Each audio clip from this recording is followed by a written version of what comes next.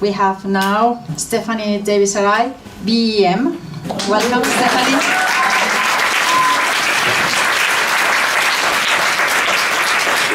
Thank you. I did actually start putting a slide show together. I was going to talk about conversion therapy, and then the last couple of days I've just gone mad. So I thought, actually, I'll come and talk about schools. Not just schools, actually. I want to talk about the ways in which I see the work of Hilary Cass being undermined, and what we can all do about it, and what we're doing about it. To talk about the NHS first, I expect you heard about the mermaids training that was set up for Great Ormond Street, which is one of the places that one of the new regional gender clinics is going to be. This example, actually, it was a brilliant example of women organising on Twitter, because there was such an outcry on Twitter. They had to put out some statement of, we booked that ages ago, and they stopped it. So it's always worthwhile, if we notice these things, to get a Twitter storm going. It does work. We saw Russell Viner, who was the lead investigator on the Tavistock puberty blockers trial, appointed as science advisor to the Department for Education. They've never had one before. So what we've been trying to do is to get a select committee meeting on that subject, which is, we don't know if that's going to happen yet. But there are real concerns about him and his association with the Tavistock and being advisor for the DFE. So NHS, the other thing that we're very concerned about, and I know Hilary Cass is concerned about this as well, is the NHS pilot clinics. So around the country, they're setting up pilot clinics which are for and led by trans people. And the worst example we've heard is in Norfolk, where they've set up an all-ages gender clinic, which will be medical and social transition. So one thing that is, one bit of good news is that the Health Secretary has written to NHS England. Steve Bond, he wrote to NHS England and various health bodies, including the Care Quality Commission, the National Institute for Health Care Excellence, NICE, and the Health Research Authority. So those are the significant ones for me. They were involved with the Tavistock. Basically telling them to get Stonewall out. She didn't put it quite as bluntly as that, but to look and to get back to him by May the 1st. He's also ordered an investigation into it was called the ABC of LGBT plus booklet. Now that was funded by NICE and produced recently, and he apparently hit the roof when he saw it, which was great news. So what he's done is not only asked them about Stonewall, but told them to get rid of their diversity officers. I'm going to go back to that subject of equality, diversity and inclusion, EDI. Anyway, so we're putting together a letter to him of evidence that we've seen and we know about, where local NHS trusts all over the country are undermining the work that Cass has done and undermining the Cass guidelines. We put out a research study of the figures of referrals from each area. And what we're also putting together a document, and this is where, if anybody in their local area knows what's going on, we're always open to getting information. What we're looking for is information about the local NHS trust, to see if they're captured, to see if they've worked with gendered intelligence or mermaids or Stonewall. We're looking at local youth LGBT support groups or trans support groups, which are all over the country now. How many in that area, how strong they are, how much of a presence they've got, how much influence they've got. We're looking at local councils and local councillors, actually, because sometimes it just takes one really strong trans activist in one area to change everything. And we're looking at schools and schools' trans policies.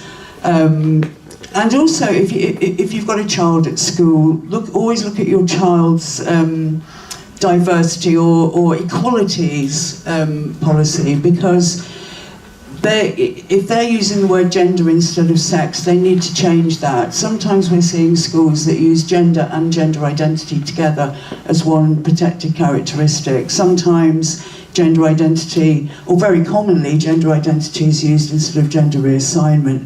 So any parent can say to the school, that's wrong, and the school should be writing down the protected characteristics correctly, but of course if they've been trained by trans lobby groups, they won't be. So yeah, if anybody has information about their local area, about local trans groups, trans activists, council policy, schools policy, NHS trust, just send them to us, because we're compiling. We really want to look at what are the factors in each area that are leading to such high referrals to the Tavistock. Oh, the other issue we're looking at is the number of children in care, looked after children, fostered children, because that's a huge issue as well. So it didn't surprise us that Blackpool came out on top. Lincolnshire, Cambridge, Norfolk, that's the sort of cluster of trusts around there. Brighton and Hove, of course, my area, Eastbourne. So the whole of East Sussex. I mean, it's, and then sort of Wiltshire, getting towards the southwest, where you've got a lot of influence there as well. So we know things about certain areas, and it doesn't surprise us the areas that have had the largest number of referrals. But yeah, if you've got any information you'd like to share with us from your area, just contact us through the website transgendertrend.com or email info@transgendertrend, and we'll add it to our growing document, which we're using at the moment just for individual parents, but actually we want to put it together. We might put it out in a report. We certainly want to use it as evidence. We spend a lot of our time now working behind the scenes, writing briefings, and we've been mostly taken up with the Department for Education guidance coming out. So anyway, the NHS, we're writing to Steve Barclay to ask him to write the same letter and demand the same from all NHS trusts all around the country, including Tavistock and Portman. And well, all of them need to be, Stonewall needs to be out of the NHS. So that's ongoing work, and I think really important, and it ties in with what's happening in schools, because this material has been going into schools since I started on this in 2015, and it's gone in through an equality, diversity, inclusion route or an anti-bullying route, and now it's going in through the sex education curriculum, and you'll have seen the results. So we put out a report on the sex education, it's quite extreme sex education materials, and then the report from Lottie at the Policy Exchange to show how prevalent this is in schools.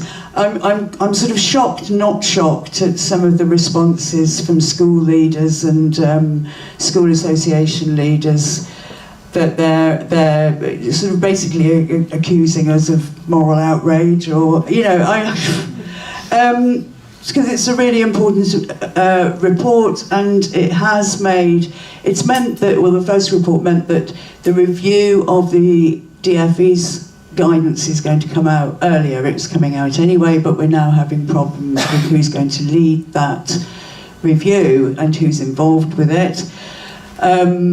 But I think Rishi Sunak is definitely on board and very concerned. And the good thing is that it's also it's going through Kemi Badenoch, who's very on the ball about this. So we've got very strong leadership there. And in Miriam Kate. So there's some good people now working on the issue of schools. I'll draw your attention to this. You can download this on the website, but it's something I put out a couple of weeks ago to show how the actual gender ideology that's going into schools, The government, I think, knows, but it didn't include it on its political indoctrination guidance. But the government's they really don't like critical race theory. That goes in, they know that that's a political thing. And they don't seem to be aware, that gender ideology is also political activism. It's a political and ideological view that's going into schools. And they don't seem to understand the difference, what liberal feminism is and what sex positive means. Because sex positive is a political term, it's a very particular political term. So I've written this blog post on the website, you can download it as a PDF, I've put it into a briefing for various people who need to see it, to link all these movements together under the banner of identity politics. It's a general movement, and it's based on the principles of a hierarchy of oppression and a hierarchy of privilege. And that goes against the Equality Act, because the Equality Act does not have a hierarchy of rights. So this is really, it's a sort of unlawful premise. You cannot, and to get us back to the subject of equality, diversity, inclusion, I think EDI has effectively replaced the Equality Act throughout society, and it's another thing to look at wherever you are in your job, in schools. Put in FOI requests. What's the equality, diversity, and inclusion training? Because that is used as an excuse to get men into women's spaces and to redefine men and women. So EDI is another way, I don't think the Denton's report mentions EDI, but it's a way of getting gender ideology absolutely embedded. So we should all be really aware of that in our schools. What's and EDI? Sorry, what equality, diversity, and inclusion. In fact, there was a case that was just reported on in the paper this morning. I don't know, it was the Christian who lost his job. He was a Christian pastor at a school, but and they had to. It was an NHS. Was it Chelsea and Westminster NHS Foundation Trust? And he's won his case. But the chilling thing was that they'd said that diversity and inclusion, they didn't use the word equality, diversity and inclusion was more important than religious belief. And I think, I don't have religious beliefs, but I think we all should be, I find that chilling, and we should all be really, really concerned about that, because actually diversity and inclusion trumps everything now. And so it's cover for something I think very sinister and very dark that's coming in. So we need to challenge that, wherever we find it. Once you have your EDI policy embedded in your organisation or in your school, then this is the way that it then replaces any other. So it replaces safeguarding. In schools, this is the biggest issue. And what we're doing at the moment is trying to show how a review of just the most extreme sex resources in schools is not enough. That the danger is we're going to end up with schools that say, well, but, we don't teach fisting, so we're okay, we're doing okay. It's really not enough. In this review, we really need to look at how we got there. And how we got there was through gender ideology. And gender ideology replaces material characteristics, facts, with subjective identities, man, woman, boy, girl. And so once those facts become identities and concepts, then what they've done to that what they've continued on with that is to do the same thing with sexual orientation. So Stonewall have been doing this for a few years now, that sexual orientation they call sexual identity. If you notice, the Welsh government in their RSE guidance now call it not relationships and sex education guidance, but relationships and sexuality guidance. And we must challenge these words wherever we see them, because that means something very different. Sexuality education, it gives adults the right to talk to children about sexuality and about adult sexualities, and that's why we're seeing in schools talk about pleasure and sex positive. Well, adults don't, this is a huge safeguarding red flag. Adults don't have the right to talk to children about their sexuality or ask them questions about their sexual feelings and their sexual lives. But what you see now, and look out for this, is gender and sexual identities. So that's what opens it up. So what does that mean? And it's the same as the progression of LGB to LGBT to LGBT plus to LGBTQ plus. And if you notice in conversion therapy, all those calling for conversion therapy are saying conversion therapy against LGBTQ plus people. So what does this mean in schools? Well, children are encouraged right from the start to accept anybody's identity, gender identity. That's kind, and everybody knows who they are best, and you don't have the right to ask anybody what their identity is. So that's instilled in them from the youngest age. And then sex is added to it. So gender and sexual identities. Then you can't question anybody about their gender or sexual identities. And what are those sexual identities? Well, we know, of course, it goes into fetish and BDSM and kink. And everything that's happening for girls in schools now with smartphones and sexual harassment, this kind of so-called sex positive or pleasure-focused sex education not only doesn't give them any tools for dealing with this onslaught of online porn that they're seeing and the demands made on them, but in fact it disempowers them further. They're not allowed to question anything. The Proud Trust says quite proudly that we shouldn't use the term normal, because that suggests that some things are abnormal. We should use the term usual instead. What we're trying to do at the moment is make the government see that this is not just about those most extreme shock horror examples that we see in the press. This is about an underlying ideology that it destroys the boundary between the sexes right from the start of education from the earliest years, and that is the starting point for this actually very quick over the last few years spread into the really more extreme stuff. But it was clear from the start that this was coming. And I would say always, write to your local MP. At the moment, I think about schools and about the conversion therapy, and very briefly on that point, I just want to make the point that it's not just therapists that we need to be concerned about here with the conversion therapy bill, it's parents.